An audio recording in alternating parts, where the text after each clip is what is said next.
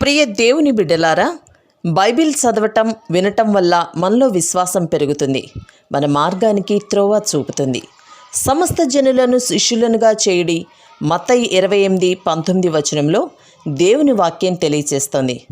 Telugu బైబిల్స్ను RRK మూర్తి గారు research చేసి విశ్లేషణ చేసిన బైబిల్లోని ప్రతి అధ్యాయాలను వచనాలను వరుస క్రమంలో అనగా ఆదికాండం నుండి ప్రకటనా గ్రంథం వరకు ఇవ్వబడుతుంది. ప్రతి ఒక్కరూ ఆధ్యాత్మికంగా విశ్వాసంలో బలపడి మీ జీవితంలో ఎదుర్కొంటున్న సమస్యల నుండి విడుదల పొందండి. ప్రతి ఒక్కరూ మీ దీవెన టీవీని సబ్స్క్రైబ్ చేసి ఈ వాక్యాన్ని లైక్ చేసి మీ మిత్రులకు బంధువులకు షేర్ చేయండి.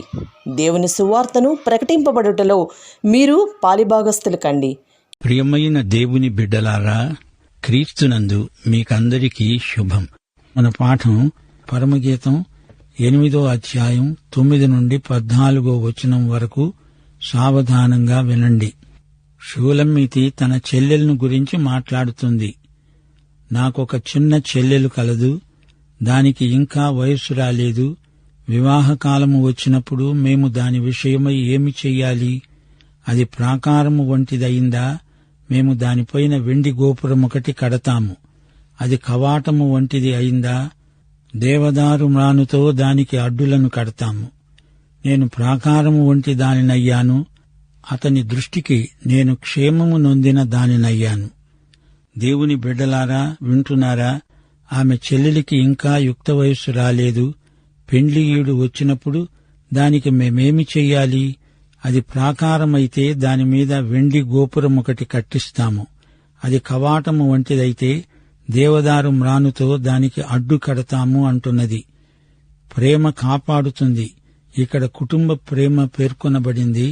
ఆమె సహోదరులు ఆమెకు యుక్త వయస్సు వచ్చే వరకు ఆమెను కాపాడతారు. ఆమెకు ఎట్టి కీడు కలగకుండా కట్టుదిట్టం చేస్తారు. ఒకవేళ ఆమె తానే ప్రాకారపు గోడలాగా ఉంటే తనను తానే కాపాడుకోగలదు. షూలమ్మీతి అంటోంది, నేను ప్రాకారము వంటి దానినే, అందువలన అతని దృష్టికి నేను క్షేమము నొందిన దానినయ్యాను. 11వ వచనం, బయలు హామోనునందు సొలొమోనుకు ఒక ద్రాక్షవనము కలదు. అతడు దానిని కాపులకు ఇచ్చాడు. దాని ఫలములకు రాబడిగా ఒక్కొక్కడు 1000 రూపాయలు తేవాలి. 12వ వచనం నుండి షూలమ్మీతి సొలొమోనును ఉద్దేశించి అంటున్నది, నా ద్రాక్షవనము నా వశమున ఉన్నది. సొలొమోను, ఆ 1000 రూపాయలు నీకే చెందును. వాటిని కాపు చేసేవారికి 200 వస్తాయి. 13వ వచనం, ప్రియ కాపరి అంటున్నాడు, ఉద్యానవనములో పెంచబడిన దానా, నీ చెలికెత్తెలు నీ స్వరము వినగోరుతారు, నన్ను విననీయి. 14వ వచనం, షూలమ్మీతి పలికిన చివరి మాట, నా ప్రియుడా త్వరపడు, లఘువైన ఇర్రివలె అనగా జింకవలె ఉండు, గంధవర్గ వృక్ష పర్వతముల మీద గంతులు వేసే లేడిపిల్లవలె ఉండు. ప్రియ సోదరీ సోదరులారా, మనము చెప్పేదంతా ఆయన వింటాడు. ఆయన చెప్పేది మనం వినాలి. ఆయన తన వాక్యము ద్వారా నీతో మాట్లాడతాడు. పరిశుద్ధాత్మ ద్వారా నీతో మాట్లాడతాడు. అందుచేత జాగ్రత్తగా వినాలి. ప్రియ సోదరీ సోదరులారా, పరమగీతములో 8వ అధ్యాయం చివరి అధ్యాయం. ఇది షూలమ్మీతి కుటుంబ విషయం. ఆమెకు ఒక తల్లి ఉన్నది, సోదరులున్నారు, కాని తండ్రి లేడు. యేసు ప్రభువు మనకు జ్యేష్ఠ సోదరుడు. ఆయన దేవదూతల స్వభావమును ధరించుకొనలేదు, అబ్రహాము సంతాన స్వభావమును ధరించుకొని ఉన్నాడు. ఆయన మనలాంటి మనిషి అయ్యాడు.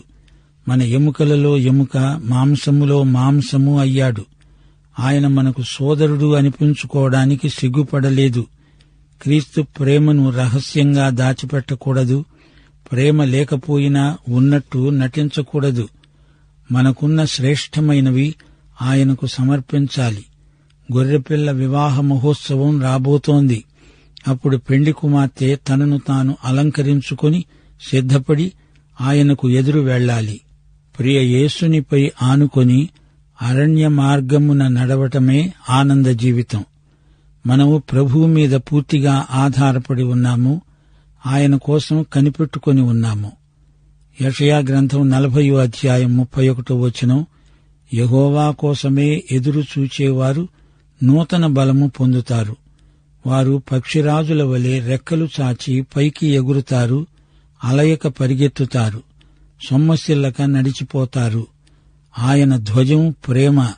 రెక్కలు చాచి ఎగిరినా, అలయక పరిగెత్తినా చిట్టచివరికి నడిచిపోయే స్థితికి వస్తాము. ఆయనను ఆనుకుని నడుస్తాము. ప్రేమ మరణమంత బలమైనది అంటే అదెంతో నిజం. యేసు మనలను ప్రేమించినందుకు చెల్లించిన వెల మరణం. ఆయన మనలను ప్రేమించి తనను తానే ఇచ్చివేసుకున్నాడు. శిలువను సహించాడు, అవమానాన్ని భరించాడు. వధించబడిన దేవుని గొర్రెపిల్ల. మరి గొర్రెపిల్ల యొక్క వధువు ఎలా ఉండాలి?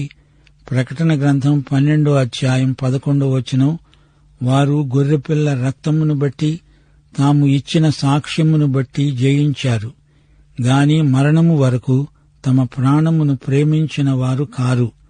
మరణము బలమైనది కావచ్చుగాని అంతకంటే ఎక్కువ బలమైనది యేసు ప్రేమ. ఈర్ష్య పాతాళమంత కఠోరమైనది. ఈర్ష్య అంటే ఇక్కడ సాధారణ అర్థం చెప్పుకోకూడదు. ఈర్ష్య, అసూయ ప్రేమ పరిధిలో చాలా కఠినంగా ప్రవర్తిల్లుతాయి. అంటే దేవుణ్ణి ప్రేమించాలి, ఆయన్ను మాత్రమే ప్రేమించాలి. పూర్ణ మనస్సుతో, పూర్ణ వివేకముతో దేవుణ్ణి మాత్రమే ప్రేమించాలి. ఇది ప్రేమలో నుండి పుట్టుక వచ్చే పౌరుషం. అందుకే ఏలియా ప్రభువు కోసమై ఆసక్తి గలవాడై కీషోను వాగు దగ్గర బయలు ప్రవక్తలను హతమార్చాడు. పౌలు అదే విశేషాసక్తితో ఏమన్నాడు? 1 కొరింథీ 16వ అధ్యాయం 22వ వచనం, ఎవడైనా ప్రభువును ప్రేమించకుంటే వాడు శపించబడునుగాక. అనాతిమ, మారనాథ, ప్రభువు వస్తున్నాడు, ప్రభువు వస్తున్నాడు. క్రీస్తుని ప్రేమించే వారికి వల్లమాలిన ధైర్యం, సాహసం పుట్టుకొస్తాయి. యోహాను సువార్త 2వ అధ్యాయం 17వ వచనంలో ప్రభు అన్నాడు, నా తండ్రి ఇంటిని గురించిన ఆసక్తి నన్ను భక్షిస్తున్నది. ప్రభువు ఆరోహణుడై వెళ్లి ఇదే ఆసక్తి మంటను తన శిష్యుల హృదయంలో నింపాడు. పెంతెకొస్తునాడు దిగివచ్చిన పరిశుద్ధాత్మ అగ్ని నాలుకలుగా వచ్చి మేడగదిలో వారి మీద వాలాడు. అప్పుడు క్రీస్తు ప్రేమాత్మ వారి గుండెలలో మండసాగింది. అగాధ సముద్ర జలము ప్రేమను ఆర్పజాలదు. పాప సముద్రం పొర్లి వచ్చినా యేసు ప్రేమ జ్వాలను అది ఆర్పలేదు. ప్రియ సోదరీ సోదరులారా, గమనించండి. ప్రేమ కోసమై ఎవడైనా ఎంత ఐశ్వర్యమిచ్చినా ప్రేమ దాన్ని తిరస్కరిస్తుంది. ప్రేమను డబ్బుతో కొనలేము. ప్రేమకు సాటి మరేదీ లేదు. ఆయన పట్ల ప్రేమ లేకుండా నీవు ఒళ్ళు విరుచుకొని ఎంత పని చేసినా ప్రభువు దానిని తిరస్కరిస్తాడు. అక్రమము చేసేవారలారా, నా వద్ద నుండి దూరంగా పొండి అంటాడు. 8వ వచనంలో మాకొక చిన్న చెల్లెలు కలదు అంటున్నారు షూలమ్మీతి ఆమె సహోదరులు. చిన్న చెల్లెలు అంటే ఏమిటి? సంఘము తనకు బయట ఉన్న వారిని ప్రభువు వద్దకు నడిపించాలి. ఆ విధంగా అది ఎదగాలి. చిన్న చెల్లెలు. సంఘమునకు బయట ఉన్నవారు చిన్న చెల్లెలకు పోల్చబడ్డారు. అపొస్తలుల కార్యములు 15వ అధ్యాయం యెరూషలేములో ఒక సమావేశం జరిగింది. అన్యుల మధ్య నుండి వచ్చి సంఘముగా ఏర్పడిన వారు, యూదుల మధ్య ఏర్పడిన సంఘము, వీరి మధ్య ఒక వివాదము ఏర్పడింది. హెబ్రీయులు మోషే ధర్మశాస్త్రాన్ని అంటిపెట్టుకుని ఉంటాము అన్నారు. వారు అన్యులు, మేము యూదులము అని వీరు సగర్వంగా చాటుకుంటున్నారు. అయితే పెండ్లి కుమారుడు చిన్న చెల్లెల్ని చేపట్టాడు, అనగా అన్యులను స్వీకరించాడు. మనము మంచివారమని కాదు, నీతిమంతులమని కాదు, మన దీనస్థితిని బట్టి నిస్సహాయులమైనందున ఆయన మనలను చేపట్టాడు. ఆయన మనలను ఎంతో ప్రేమించాడు. అక్క చెల్లెల్ని ఎలా చూస్తున్నది? అది అసలైన ప్రశ్న. ఈ పాఠములో మరో గొప్ప సత్యమున్నది. ఆమె ప్రాకారము వంటిదయిందా? అలాగైతే మేము దానిపైన వెండి గోపురము కడతాము. ఎఫెసీ పత్రిక 2వ అధ్యాయం 22వ వచనం, ఆయనలో మీరు కూడా దేవునికి నివాస స్థలమై ఉండడానికి కట్టబడుతున్నారు. యూద సంఘము ఇదే సవాలును ఎదుర్కోవలసి వచ్చింది. దానిమీద ఏమి పెట్టి కట్టాలి? సున్నతి, మతాచారాలు, సంస్కారాలు ఇవన్నీ పితరులే ముయ్యలేని కాడి. అపొస్తలుల కార్యములు 15వ అధ్యాయం 19వ వచనం, అన్యజనములలో నుండి దేవుని వైపు తిరుగుతున్న వారిని మనము కష్టపెట్టక వారిని చేర్చుకుందాము. మోషే ధర్మశాస్త్రము అనే కాడిని వారి మీద పెట్టడానికి దేవుడు ఒప్పుకోలేదు. వారిని కట్టాలి గాని పడగొట్టకూడదు. అప్పుడు చెల్లెలంటోంది, నేను ప్రాకారము వంటి దానిని.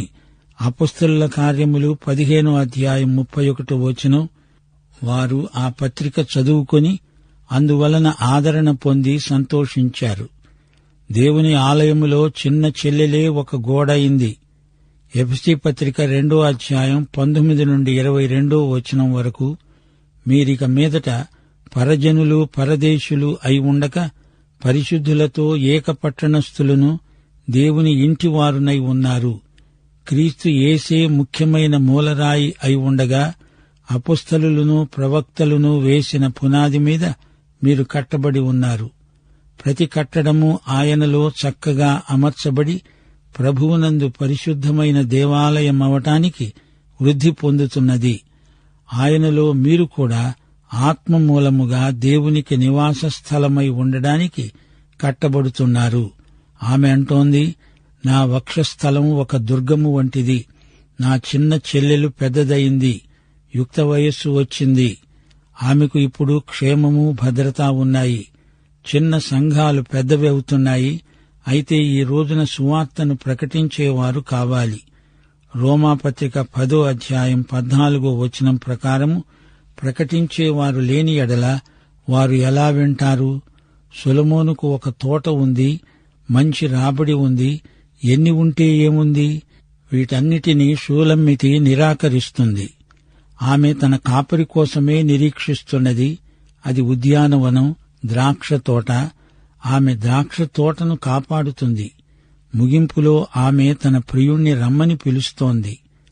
ప్రకటన 22వ అధ్యాయం 20వ వచనం, ప్రభువైన యేసు రా. ప్రియ సోదరుడా, సోదరి, షూలమ్మీతి అనగా దేవుని సంఘం. ఈమె యేసుక్రీస్తును రమ్మని ఆహ్వానిస్తోంది. ఆత్మ, పెండ్లి కుమార్తె ఏకీభవించి రమ్మని చెప్తున్నారు. వినేవాడు రమ్మని చెప్పాలి. దప్పిగొనిన వాణ్ణి రానియ్యండి.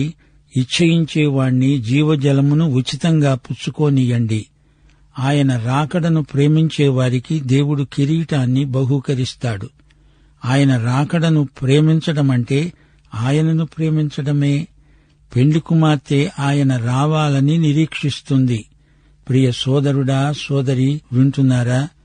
8వ అధ్యాయంలో వధూవరుల ప్రణయం, ప్రేమకున్న బలం, వరుని వారసత్వమైన ప్రేమ, సంఘము కోసమై వేగిరపడే ప్రేమ, ఈ అంశాలతో పరమగీతం ముగిసింది.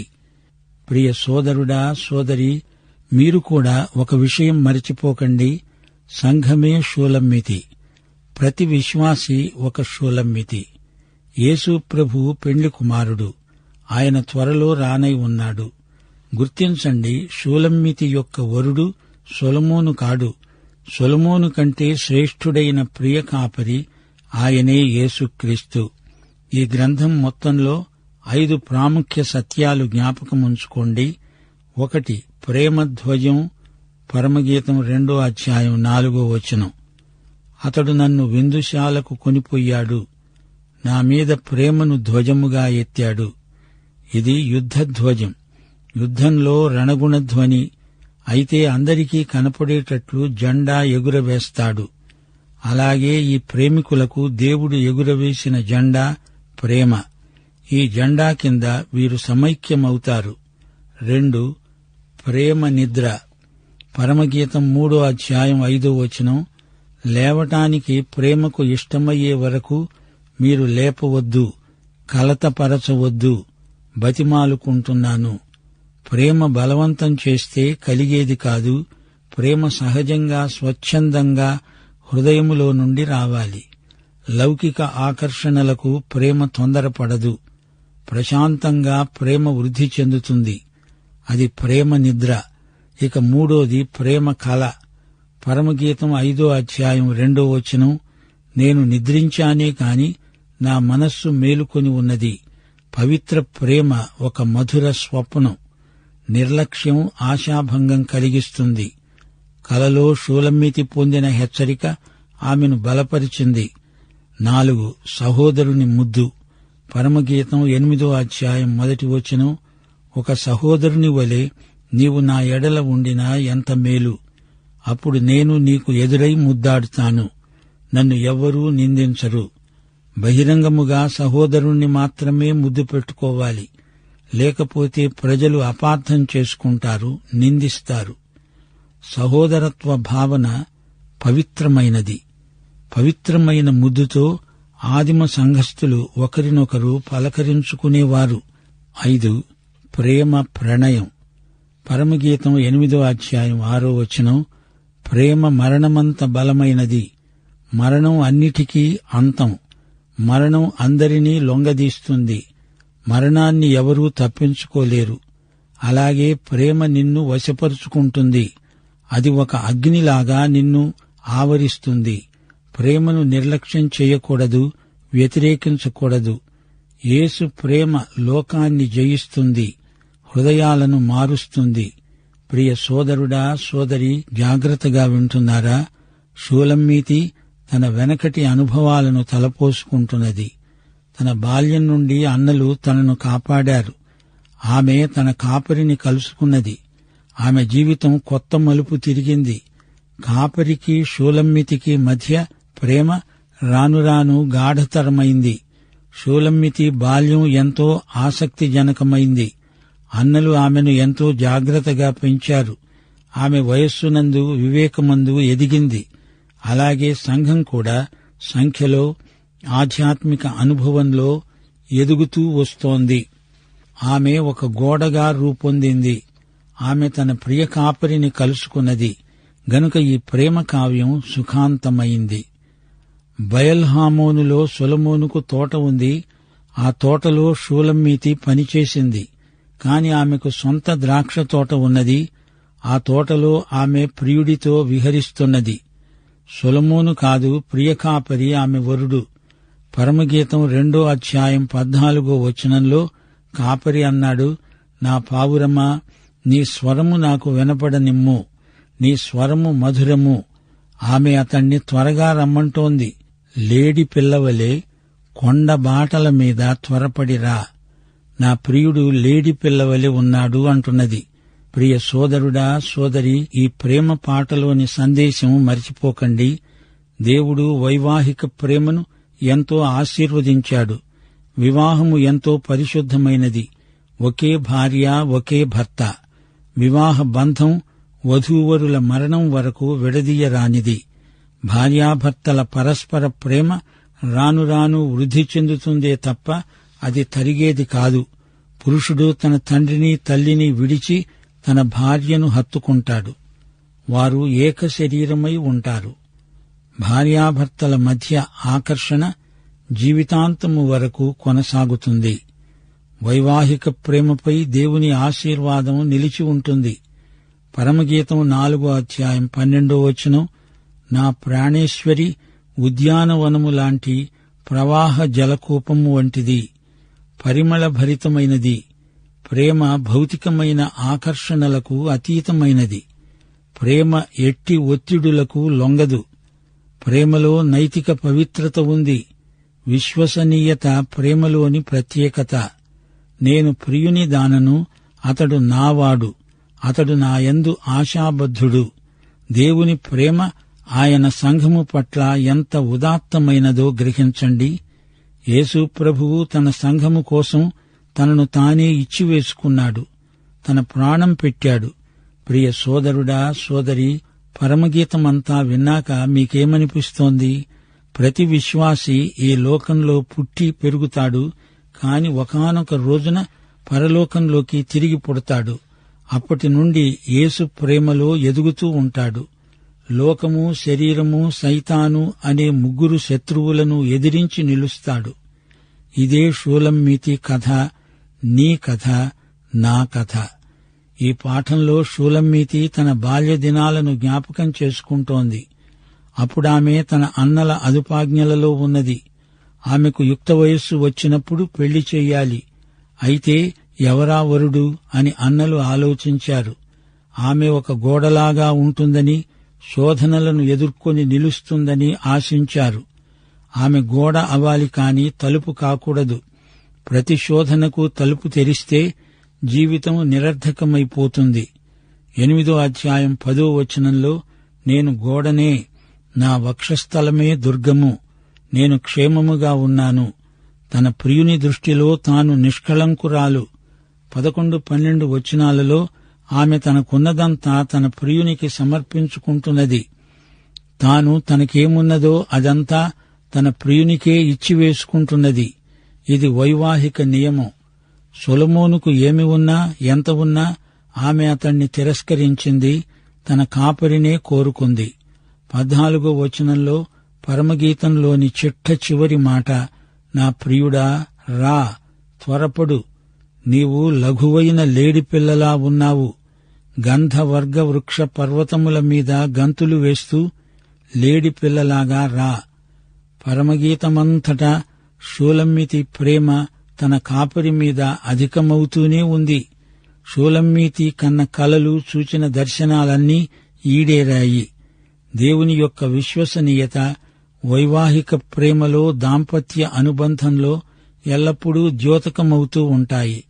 క్రీస్తుకు, సంఘానికి ప్రవర్తిల్లే ప్రేమ భార్యాభర్తల ప్రేమలో ప్రతిఫలించాలి. ఎఫెసీ పత్రిక 5వ అధ్యాయం 25-32 వచనం వరకు, పురుషుడు భార్యను ప్రేమిస్తాడు, క్రీస్తు సంఘమును ప్రేమించాడు, వాక్యముతో, ఉదక స్నానముతో సంఘమును పరిశుద్ధపరిచాడు, తనను తాను సంఘానికి అప్పగించుకున్నాడు. అలాంటి ప్రేమ భర్త భార్య పట్ల చూపాలి. వారిద్దరూ ఏక శరీరులు. యేసు రెండో రాకడ సంఘానికి వివాహ దినము. క్రీస్తు తన సంఘాన్ని ఎంత ప్రేమిస్తున్నాడో పరమగీతం మనకు ఉపమాన రూపకంగా బోధిస్తున్నది. ఇది ప్రేమ పాట. అయినా ఇందులో క్రీస్తును గురించి, సంఘాన్ని గురించి ఎన్నో సత్యాలు మనకు బయలుపడతాయి. క్రైస్తవ కుటుంబం ఎలా ప్రేమలో వర్ధిల్లేది ఈ ప్రేమ పాటలో మనం చూడవచ్చు. ప్రకటన గ్రంథం 19వ అధ్యాయం 7వ వచనంతో ఈ పాఠం ముగించగోరుతాము. గొర్రెపిల్ల వివాహోత్సవ సమయము వచ్చి ఉన్నది. ఆయన భార్య తనను తాను సిద్ధపరుచుకున్నది గనుక మనము సంతోషపడి ఉత్సహించి ఆయనను మహిమపరుద్దాము. ప్రియ సోదరుడా, సోదరి, యేసుక్రీస్తు నీ స్వకీయ రక్షకుడు, ప్రభువు అని నీవెరుగుదువా? అయితే ఈ పరమగీతమంతా నీకోసమే. ప్రభు అయిన యేసుక్రీస్తు వారి కృప, తండ్రి అయిన దేవుని ప్రేమ, పరిశుద్ధాత్మ యొక్క అన్యోన్య సహవాసము మనకందరికీ శాశ్వత కాలము తోడై ఉండునుగాక. ఆమేన్.